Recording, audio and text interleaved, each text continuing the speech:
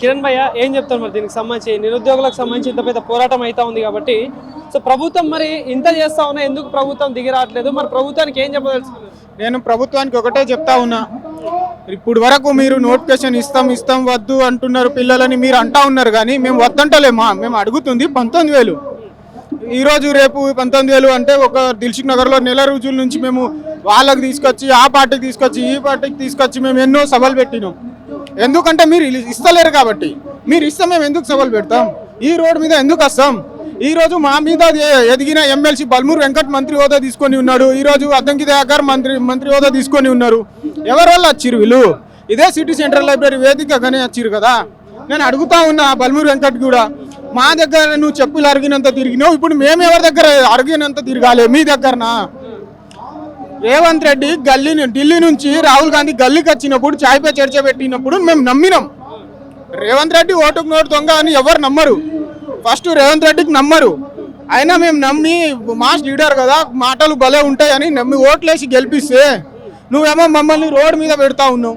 3 సంవత్సరాలు అయింది ఇప్పుడే. ఈ రోజా రేపా ఇంకెన్ని రోజులు?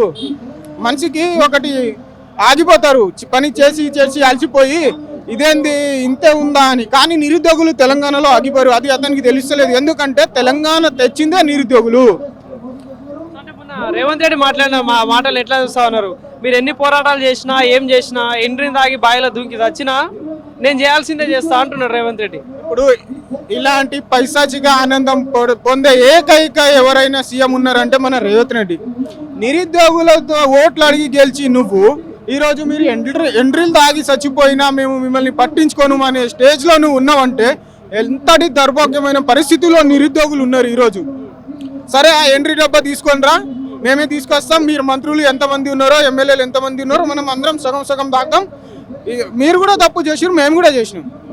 మరి దాగండి. మీరెందుకు తాగరు? మీరేమో రాజభోగం అనుభవిస్తారు. ఆ ఎంట్రీ డబ్బా తాగుమని హోటల్లో మీరు కూర్చుంటే మేము రోడ్ల మీద కూర్చోవాలనా? ఏం డిమాండ్ చేస్తా ఉన్నారు మీరు? అసలు అడుగుతా ఉన్నాం. 5,000 కాదు మాకు కావాల్సింది 19,000. మీరు ఒకవేళ 19,000 ఇవ్వకపోతే మీ ఇల్లు ముట్టడి అవుతుంది. ఇదే 5 లక్షల మందితో నిరుద్యోగులు 15 లక్షల మంది నిరుద్యోగులతోని రోడ్లు ఒక్కటి కూడా తెలంగాణ మొత్తానికి బంద్ చేస్తామని హెచ్చరిస్తున్నాను. 19,000 నోటిఫికేషన్ ఇవ్వాలంటే బడ్జెట్ లేదు రాష్ట్రం దగ్గర అని మాట్లాడుతున్నారు. ఇప్పుడు రేవంత్ రెడ్డి పోవడానికి ఫ్లైట్ లో 14 కోట్లు ఒక్కసారి. ఆ 14 కోట్లు ఎన్నిసార్లు? 7 సార్లు పోయింది. ఎన్ని అవుతున్నాయి డబ్బులు? ఎన్ని కోట్లు అవుతున్నాయి? ఆ డబ్బు మేము అప్లై చేసిన డబ్బులతోని ఒక మంత్ సాలరీ 2 నెలల సాలరీ ఇవ్వచ్చు తెలుసా? మొత్తం రిక్రూట్మెంట్ కంప్లీట్ చేసి కూడా నువ్వు అంత మాకు నేర్పకు. మేము కూడా అదే ఎకనామీ చదివి, అదే ఫిజిక్స్ చదివి, అదే కెమిస్ట్రీ చదివి ఇక్కడ దాకా వచ్చిన వాళ్ళమే. మీ సర్వేలు మీ ఇంటెలిజెంట్ వాళ్ళు చదివాలి, కానీ మేము చదవాలిరా స్వామి.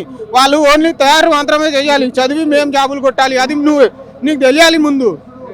అన్ని దిమాగ్ లేని మంత్రులను పెట్టుకొని, దిమాగ్ లేని ఎమ్మెల్యేలను పెట్టుకొని గవర్నమెంట్ నడిపిస్తా ఉన్నావు. ఎవరైనా చదువుకున్నారా దాంట్లో? ఏ మంత్రి చదువుకోలేడు, ఒక్క శ్రీధర్ బాబు తప్ప. మరి ఇంత గౌరవమా? ఎంతసేపు 70,000 80,000 ఉద్యోగాలు ఇచ్చినామని చెప్పుకుంటారు కదా. ఏ రోజు 70,000 అబద్ధపు హామీలు. నువ్వు హామీలు ఇచ్చినవి కూడా అబద్ధపే.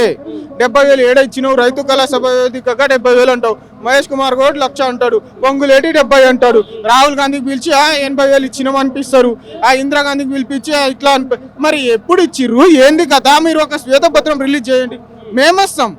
మీరు రాకండి. మీకు ప్రోటోకాల్ ఉంటే సార్ మేము వస్తాం. ఇదే సిటీ సెంట్రల్ లైబ్రరీ వేదికగా, ఇదే ధర్నా చౌక్ లో ఉన్న నిరుద్యోగుల వేదికగా మేము వస్తాం కదా, మేము మాట్లాడతాం మీతోని. రాబోయే రోజులలో గ్రాడ్యుయేట్ ఎమ్మెల్సీ కావచ్చు, జిహెచ్ఎంసీ ఎలక్షన్స్ వచ్చే అవకాశాలు ఉన్నాయి కదా, ఎట్లుంటది మరి? వాటి మీద ప్రభావం మీద జరగబోయేది నిరుద్యోగులే నిలబడతారు ఈసారి. వేరే ఎవ్వరు నిలబడడం.